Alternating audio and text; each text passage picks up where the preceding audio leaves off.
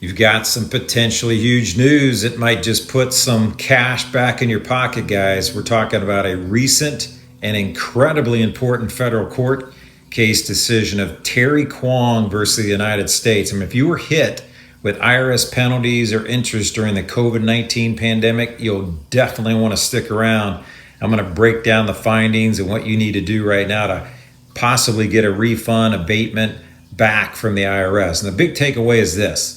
So what exactly happened in Kwong versus the United States? Well, basically the Court of Federal Claims ruled that because of the federally declared COVID-19 disaster, federal tax filing and payment deadlines were automatically suspended.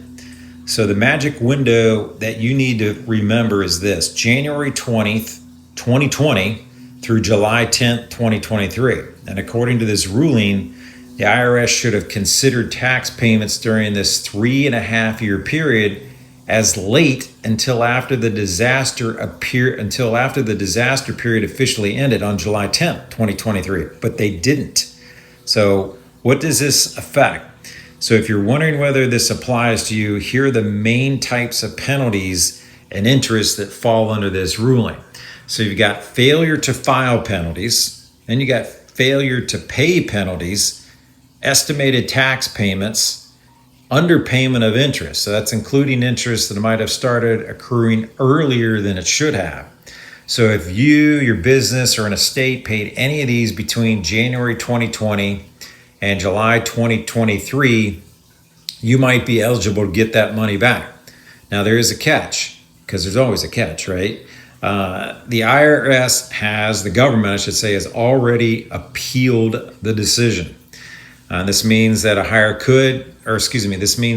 court could uphold the ruling, narrow it down, or completely reverse it. But until that appeals process plays out, the IRS just isn't handing out checks as a matter of course. But to have a shot at these refunds, you have to act by July 10th, 2026. So here's your next steps.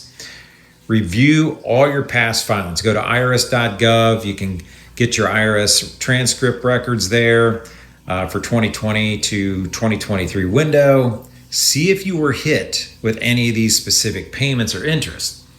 And then number 2, file a protective claim. You need to file a protective refund claim. It's based on IRS code section 7508A and the Kwong case. Essentially, bookmarks your spot in line, and if the ruling stands, then you'll need to fill out form number 843. That's the one you have to fill out. Make sure you beat the deadline like I talked about.